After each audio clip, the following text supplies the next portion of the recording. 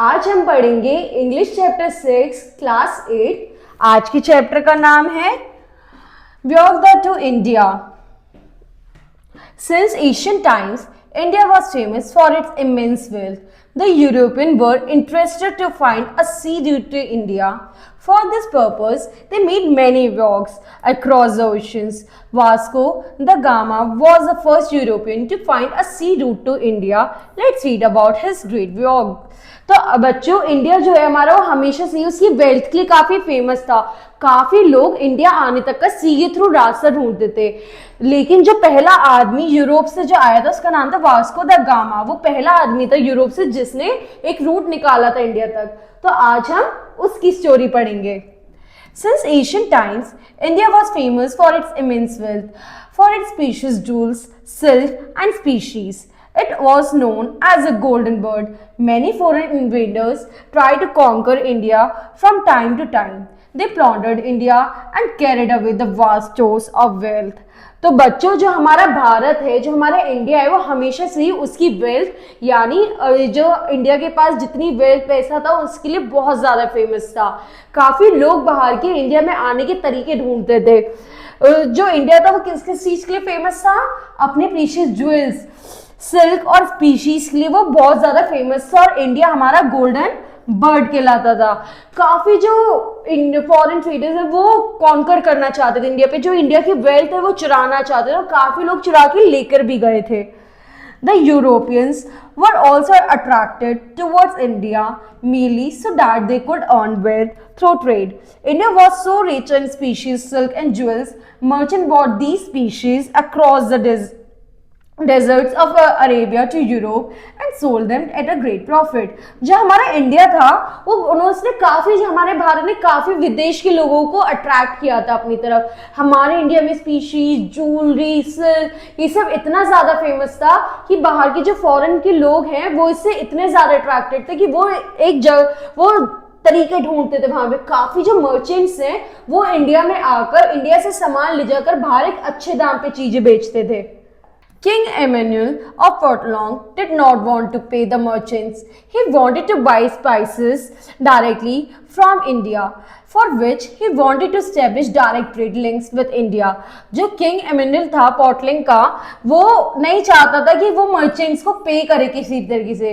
वो नहीं चाहता था कि कोई भी डायरेक्टली इंडिया से स्पाइसेस जो है वो बाय करे। वो ये चाहता था कि जो ट्रेडर्स है वो डायरेक्टली इंडिया से लिंक स्टैब्लिश करें। Therefore, he bought of finding a sea route to India. तो उसने सोचा कि क्यों ना मैं एक सी रूट ही निकाल लूं इंडिया तक का। तो एक तरीके ढूंढने लगे।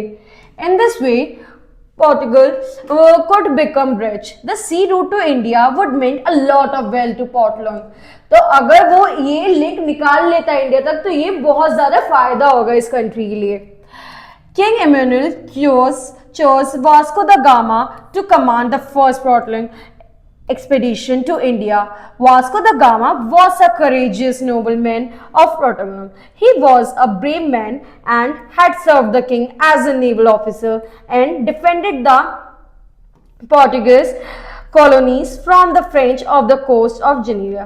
तो ये जो किंग था जिसने सोचा कि मैं एक रास्ता निकालता हूँ जिसकी वजह से इंडिया के थ्रू डायरेक्ट लिंक बने और वो ट्रेड कर सके और उसके देश को बहुत ज्यादा फायदा हो सके, उसने एक जने को हायर किया जिसका नाम था वास्को दा गामा। जो वास्को दा गामा था वो बहुत ही ज्यादा करेजियस नोबलमैन था जिसको बहुत सारी नॉलेज थी और तरीके पता थे कि वो किस तरीके से एक लिंक निकाल सकता है, किस तरीके से अपने देश को फायदा पहुंचा सकता है। The expedition would sail around Africa as those days it was the only way to reach India from Europe. तो जो एक्सपीडिशन था सेल करने का अफ्रीका से उन दिनों में सबसे ज्यादा फेमस और वो वही इकलौता तरीका था इंडिया से ट्रेड करने का यूरोप तक। On 8 July 1497, Vasco da Gama started his journey towards India from Lisbon. तो 8 जुलाई में 1947 वास्को दा गामा ने अपनी जर्नी स्टार्ट की थी इंडिया के लिए लिस्बॉन से। The Portugal capital, he sailed with a fleet of 4 ships. They sailed past the Canary. तो उन्होंने 4 शिप्स के थ्रू सेल करना शुरू किया था island near the coast of Africa. On 26 July, they reached Cape Verde Island. Here, they stopped for some days to take rest. They are prepared for the most difficult journey around the coast of Africa. तो उन्होंने अपनी journey शुरू करी और 26 जुलाई को वो cap island पे पहुंचे, जहां पे वो थोड़े दिन के लिए रुके ताकि वो थोड़ा रेस्ट ले सके. फिर उन्होंने अपनी सबसे डिफिकल्ट जर्नी की तैयारी शुरू करी around the coast of Africa से. Bartolomé Diaz, another Portuguese explorer, had earlier sailed around the tip of Africa. He helped Vasco da Gama to build and fit out the ships to the fleet. अब जो Vasco da gamma है उसने अलग दूसरे बंदे से थोड़ी help ली थी कि वो किस तरीके से लिंक बना सकता है, किस तरीके से शिप में फिट हो सकते हैं, शिप की चीजें फिट कर सकते हैं ताकि वो इंडिया तक का लिंक बना सके. He also advised Vasco da Gama not to sail too close to the coast. उसने वास्को दा गामा को ये भी एडवाइस करा कि कोस्ट से ज्यादा नजदीकी से सेल ना करे. The sea near the coast was too rough and the currents were very strong. तो वो कहता है कि अगर तुम इससे इतने क्लोजली वो करोगे तो जो इसमें करंट है वो तुम्हारे को नुकसान पहुंचा सकता है. So Vasco da Gama turned away from the coast. He smiled down the middle of Atlantic Ocean. तो अब ने उस क्या करा, जो वास्को दा गामा है उसमें थोड़ी दूरी बनाई रखी, उसने सेल करा अटलांटिक ओशन के बीच में से. It was very difficult to sail against the winds blowing from the southwest. अब जब बच्चों वो सेल कर रहा था, वो इंडिया तक का लिंक बना रहा था, वो कोशिश करता, उसके काफी दोस्तों ने उसकी हेल्प भी करी कि किस किस तरीके से वो लिंक बना सकते हैं, क्या डिफिकल्टीज आएंगी, क्या सारी चीजें उसे फेस करनी पड़ेगी. इस तरीके से अपनी जो उसने डिफिकल्ट जर्नी है to generate the link between the India and his country, he faces many problems. अब आगे क्या दिक्कत हुई थी, वहां पे सेल करना इतना मुश्किल होता जा रहा था. क्यों? क्योंकि सर्द हवाओं की वजह से बहुत तेज हवाएं चल रही थी. After a great deal of trouble, they went around the Cape Verde on 22 November. अब 22 नवंबर को वो केप वर्दे पहुंचे थे. 3 days later, they reached Mossel Bay. अब 3 दिन बाद वो मसल बे तक पहुंचे. On 7th April 1498, the fleet sailed up the coast, passing the port of the Mombasa. अब फिर जो ये सेल है, ये सेलिंग करते करते यानी शिप चलते चलते शिप से ये कहां तक पहुंचे, हम मोम्बासा तक पहुंचे. Another week passed off. The fleet dropped anchor at Melinda, a big port of the coast of Africa. Here Vasco da Gama found a local point who guided them across the Arabian Sea. अब जब वो यहाँ तक पहुंचे Africa तक, तो वहां पे वास्को दा गामा को एक लोकल पॉइंट मिला जिसने उसे गाइड करा कि वो अरेबियन सी के थ्रू किस तरीके से वहां से निकल सकता है. After sailing for another 23 days, Vasco da Gama saw the Western Ghats in the horizon. They had reached the Malabar coast of India. अब पूरे 23 दिन बाद, कितने दिन बाद, 23 days later, 23 दिन बाद वास्को दा गामा को एक लोकल रिवर्स दिखी वहां पर, और वो कहां तक पहुंच गया था, Malabar coast of India. Vasco da Gama पूरे 23 दिन बाद मलाबार कोस्ट इंडिया तक पहुंच गया था. On 18th May 1498, the fleet touched the city of Calicut. In those days, Calicut was the main trading center for southern India. Calicut जो था वो एक मेन सेंटर था साउथ इंडिया का ट्रेडिंग करने के लिए. Vasco da Gama decide to gather the information about the city. अब उस जो वास्को दा गामा था बच्चों, उसने उस सिटी के बारे में और ज्यादा इंफॉर्मेशन गैदर करना शुरू कर दिया. Before embarking, he sent one of his sailors ashore to find one more about the country and its people. अब उसने अपना, जब वास्को दा गामा पूरे 23 दिन बाद इंडिया पहुंचा, तो उसने अपने लोगों को भेजा इस सिटी यानी इंडिया के बारे में और ज्यादा इंफॉर्मेशन गैदर करने के लिए. जिस सिटी में वो पहुंचा था उसके बारे में और ज्यादा इंफॉर्मेशन लेने के लिए. He learned that the ruler of Calicut was called the Zemarin.